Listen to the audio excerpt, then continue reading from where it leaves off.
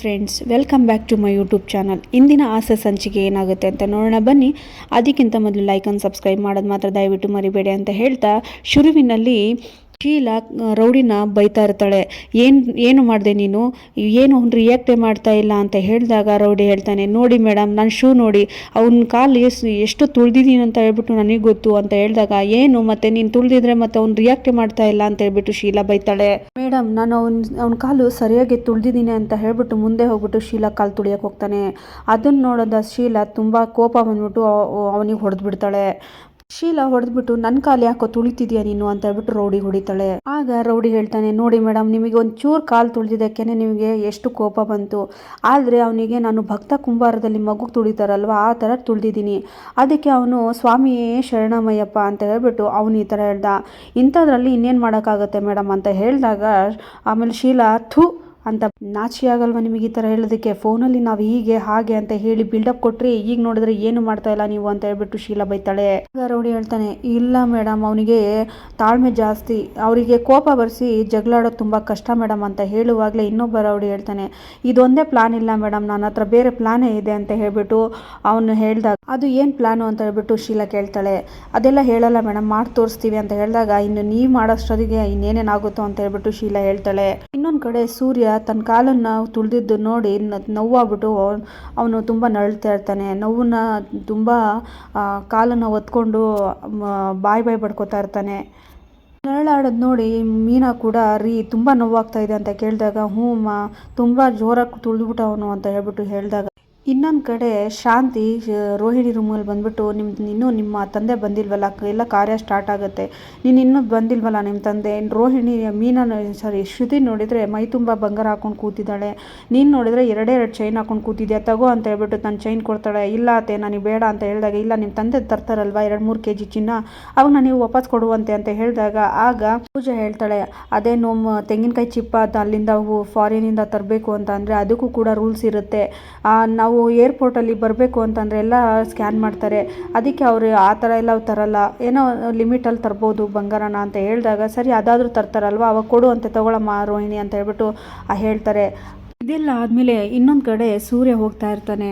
ಹಿಂದ್ಗಡೆಯಿಂದ ಬಂದ್ಬಿಟ್ಟು ಇನ್ನೊಬ್ಬ ರೌಡಿ ಹೊಡೆದ್ಬಿಟ್ಟು, ಅಲ್ಲೋ ಏನೋ ಹೇಗಿದ್ಯಾ ಅಂತ ಕೇಳಿದಾಗ, ನೀನು ಯಾವಯ್ಯ, ನನಗೆ ಆ ಥರ ಈ ಥರ ಹೊಡಿತಾ ಇದೆಯಾ ಅಂತ ಹೇಳ್ಬಿಟ್ಟು ಆದರೂ ಕೂಡ ಸೂರ್ಯ ರಿಯಾಕ್ಟ್ ಮಾಡಲ್ಲ. ಯಾಕಂದರೆ ಈ ಚೌಟ್ರಿಯಲ್ಲಿ ಗಲಾಟೆ ಮಾಡಿದ್ರೆ ಚೆನ್ನಾಗಿರಲ್ಲ ಅಂತ ಹೇಳ್ಬಿಟ್ಟು ಅವನು ಅವಾಗಲೂ ಕೂಡ ಕಂಟ್ರೋಲ್ ಮಾಡ್ಕೋತಾನೆ ಸೂರ್ಯ. ಆದರೂ ಕೂಡ ರೌಡಿಗೆ ಒಂಥರ ಡೌಟ್ ಬರುತ್ತೆ, ಇವ್ನು ಯಾಕೆ ಇಷ್ಟೊಂದು ಗಲಾಟೆನೇ ಮಾಡ್ತಾ ಇಲ್ವಲ್ಲ, ಇಷ್ಟೊಂದು ನೋವು ಮಾಡಿದ್ರು ಅಂತ ಹೇಳ್ಬಿಟ್ಟು ಅವನು ಮನಸ್ಸಲ್ಲೇ ಹೇಳ್ಕೊಂಡು ಹೋಗ್ತಾನೆ. ಇದನ್ನೆಲ್ಲ ನೋಡಿದ ಮೀನಂಗೆ ತುಂಬ ಕೋಪ ಬಂದ್ಬಿಟ್ಟು ಜಗಳ ಆಡೋಕ್ಕೆ ಹೋಗ್ತಾಳೆ. ಅದನ್ನು ಕೂಡ ಸೂರ್ಯ ತಡಿತಾನೆ. ಬೇಡಮ್ಮ, ಇಲ್ಲೆಲ್ಲ ನೀನು ಜಗಳ ಆಡಬೇಡ, ಸುಮ್ಮನೆ ಇರು, ಅವರೇನೋ ಗೊತ್ತಿಲ್ದಂಗೆ ಮಾಡಿರ್ಬೋದು ಅಂತ ಹೇಳ್ಬಿಟ್ಟು ಅಲ್ಲಿಂದ ಮೀನಂಗೂ ಕೂಡ ಸಮಾಧಾನ ಮಾಡ್ತಾನೆ ಸೂರ್ಯ. ಒಂದು ಕಡೆ ಸೂರ್ಯ ಮತ್ತು ಮೀನಾ ಕೂತ್ಕೊಂಡಿರುವಾಗ, ಇವತ್ತು ಯಾಕೋ ನನ್ನ ಟೈಮೇ ಸರಿ ಇಲ್ಲಮ್ಮ, ಇವತ್ತು ಕಾಲು ಬೆನ್ನು ಎಲ್ಲ ನೋವಾಗ್ತಾ ಇದೆ, ಇವತ್ತು ನನ್ನ ಟೈಮೇ ಸರಿ ಇಲ್ಲ ಅಂತ ಹೇಳಿದಾಗ, ನೀವು ಯಾಕ್ರಿ ಎಲ್ಲದಕ್ಕೂ ಸುಮ್ಮನೆ ಇದ್ದೀರಾ, ಅಷ್ಟೊಂದು ಏಟ್ ಮಾಡ್ತಾ ಇದ್ದಾರೆ, ಅಷ್ಟೊಂದು ಕಾಲು ತುಳಿತಾ ಇದ್ದಾರೆ, ಆದರೂ ನೀವು ಏನಕ್ಕೆ ರಿಯಾಕ್ಟ್ ಮಾಡ್ತಾ ಇಲ್ಲ ಅಂತ ಹೇಳಿದಾಗ, ತಾಳಿ ಕಟ್ಟಿಸ್ಕೊಂಡಿದ್ದೀನಲ್ಲಮ್ಮ ಹೆಂಡ್ತಿ ಅಂತ ನಿನಗೆ, ಕಟ್ಟಿದ್ದೀನಲ್ವಾ, ನೀನು ಹೇಳಿದ ಕೆಲಸ ನಾನು ಮಾಡಲೇಬೇಕಲ್ವ, ನೀನು ಇವತ್ತು ಮಾತಾಡಬೇಡ ಅಂತ ಹೇಳಿದೆ, ಅದಕ್ಕೆ ನಾನು ಏನು ಮಾತಾಡ್ತಾ ಇಲ್ಲ ಇವತ್ತು, ಇಲ್ಲ ಅಂದಿದ್ರೆ ಅವ್ರ ಕಥೆನೇ ಬೇರೆ ಆಗಿರೋದು ಅಂತ ಹೇಳ್ಬಿಟ್ಟು ಸೂರ್ಯ ಹೇಳ್ತಾನೆ. ಇನ್ನೊಂದು ಕಡೆ ರಂಗನಾಥ್ ಅವರು ಕೂಡ ಎಲ್ಲ ನೋಡಿಬಿಟ್ಟು, ಇವತ್ತು ನನ್ನ ಮಗ ಎಷ್ಟು ಸೈಲೆಂಟಾಗಿ ಕೂತಿದ್ದಾನೆ, ಅದೇ ನಾವು ಮನೆಯಲ್ಲೇ ಹೇಳ್ಕೊಂಡು ಬಂದಿದ್ವಿ, ನೀನು ಈ ಥರ ಎಲ್ಲ ಚೌಟ್ರಿಲೆಲ್ಲ ಗಲಾಟೆ ಮಾಡಬೇಡ, ಯಾಕಂದರೆ ಅಲ್ಲೆಲ್ಲ ದೊಡ್ಡೋರು ಇರ್ತಾರೆ, ನೀನು ಈ ಥರ ಎಲ್ಲ ಮಾಡಬೇಡ ಅಂತ ಹೇಳಿದ್ದಕ್ಕೆ ನನ್ನ ಮಗ ನನ್ನ ಮಾತಿಗೆ ಬೆಲೆ ಕೊಟ್ಟು ಎಷ್ಟು ಸಂಸ್ಕೃತಿಯಿಂದ ಕೂತಿದ್ದಾನೆ ಅಲ್ವಾ ಅಂತ ಹೇಳ್ಬಿಟ್ಟು ಅವರು ರಂಗನಾಥ್ ಅವರು ಕೂಡ ಖುಷಿ ಪಡ್ತಾ ಇರ್ತಾರೆ. ಆಗ ರಂಗನಾಥ್ ಅವ್ರ ಫ್ರೆಂಡು, ಹೌದು ಕಣೋ, ಇವತ್ತು ಸೂರ್ಯ ಎಲ್ಲಿದ್ದಾನಂತಾನೆ ಗೊತ್ತಾಗ್ತಾ ಇಲ್ಲ, ಆ ಥರ ಕೂತ್ಕೊಂಡಿದ್ದಾನೆ ಅಂತಂದರೆ ಇನ್ನೂ ಸಂತೋಷನೇ ಅಲ್ವಾ, ಆ ಥರ ಇದ್ದರೆ ನನಗಿನ್ನೂ ಖುಷಿನೇ ಅಂತ ಹೇಳ್ಬಿಟ್ಟು ರಂಗನಾಥ್ ಅವರು ಹೇಳ್ತಾರೆ. ಇನ್ನೊಂದು ಕಡೆ ಮೀನಾ ಮತ್ತು ಸೂರ್ಯ ಕೂತಿರ್ತಾರೆ. ಅಲ್ಲಿ ಕಸ್ತೂರಿ ಬಂದುಬಿಟ್ಟು, ಮೀನಾ ನಿಮ್ಮ ಅತ್ತೆ ಕರೀತಿದ್ದಾರೆ ಬಾರಮ್ಮ ಅಂತ ಹೇಳಿದಾಗ, ಆಯಿತು ಆಂಟಿ ಬರ್ತೀನಿ ಅಂತ ಹೇಳ್ಬಿಟ್ಟು ಹೋಗೋಕ್ಕಂತ ಹೋಗ್ತಾಳೆ. ಆಗ ಸೂರ್ಯ ತಡೆದುಬಿಟ್ಟು, ಅಲ್ಲಮ್ಮ, ನೀನು ಹೋಗ್ತಾ ಇದೆಯಾ, ಈಗ ನೀನು ಇರುವಾಗಲೇ ಇಷ್ಟೊಂದು ವಾಂಚ್ತಾ ಇದ್ದಾರೆ, ಹೊಡಿತಾ ಇದ್ದಾರೆ, ಕಾಲು ತುಳಿತಾ ಇದ್ದಾರೆ, ನನಗೆ ಇದು ಮಾಡ್ತಾ ಇದ್ದಾರೆ, ನೀನಿನ್ನೂ ಹೋಗ್ಬಿಟ್ರೆ ನನಗೆ ಇನ್ನೇನು ಮಾಡ್ಬೋದು ಇರಮ್ಮ ಅಂತ ಅಂದಾಗ, ನೀವೇನು ಟೆನ್ಷನ್ ಮಾಡ್ಕೋಬೇಡಿ, ನಾನು ಎಲ್ಲೇ ಇದ್ದರೂ ನಿಮ್ಮ ಮೇಲೆ ಒಂದು ಕಣ್ಣು ಇದ್ದೇ ಇರುತ್ತೆ ಅಂತ ಹೇಳ್ಬಿಟ್ಟು ಮೀನಾ ಸಮಾಧಾನ ಮಾಡಿ ಹೋಗ್ತಾಳೆ.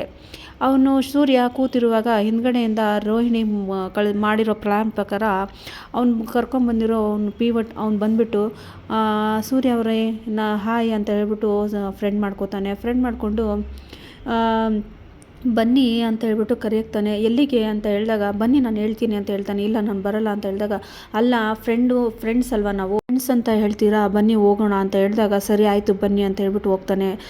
ಏನು ಹೇಳಿ ಅಂತ ಹೇಳಿದಾಗ ಇಲ್ಲ ಈ ಥರ ಇದೆ ನೀವು ತಗೊಳ್ತೀರಲ್ವಾ ಅಂತ ಹೇಳಿದಾಗ ಇಲ್ಲ ನಾನು ತಗೊಳ್ಳಲ್ಲ ಅಂತ ಹೇಳ್ಬಿಟ್ಟು ಸೂರ್ಯ ಯೋಚನೆ ಮಾಡ್ತಾನೆ. ಅಲ್ಲ ಫ್ರೆಂಡ್ಸ್ ಅಂತ ಹೇಳಿದ್ಮೇಲೆ ಇವೆಲ್ಲ ಸಂಕೋಚ ಏನಕ್ಕೆ, ತಗೊಳ್ಳಿ ಅಂತ ಹೇಳಿದಾಗ ಸೂರ್ಯ ಸಿಕ್ಕಿದ್ದೆ ಚಾನ್ಸ್ ಅಂದ್ಬಿಟ್ಟು ಎಲ್ಲ ಫುಲ್ಲು ಕುಡಿದುಕೊಂಡು ಟೈಟ್ ಆಗಿಬಿಟ್ಟು ಬಂದ್ಬಿಟ್ಟು ಫುಲ್ಲು ಡ್ಯಾನ್ಸು ಅದು ಇದು ಎಲ್ಲ ಮಾಡ್ತಾನೆ ಸೂರ್ಯ. ಅದನ್ನು ನೋಡಿದ ಮೀನಂಗೆ ತುಂಬ ಬೇಜಾರಾಗ್ಬಿಟ್ಟು ಸೂರ್ಯಂಗೆ ಕೋಪ ಮಾಡಿಕೊಂಡು ಬೈಯಕ್ಕಂತ ಹೋಗ್ತಾಳೆ. ಅದನ್ನು ನೋಡಿದ ಶಾಂತಿ ಕೂಡ ತುಂಬ ರೇಗಾಡ್ತಾಳೆ. ಇಲ್ಲಿಗೆ ಈ ಸಂಚಿಕೆ ಮುಕ್ತಾಯ ಆಗುತ್ತೆ. ಮುಂದಿನ ಸಂಚಿಕೆಯಾಗಿ ಕಾಯ್ತಾ ಇರಿ ಅಂತ ಹೇಳ್ತಾ ಎಲ್ಲರಿಗೂ ಧನ್ಯವಾದಗಳು.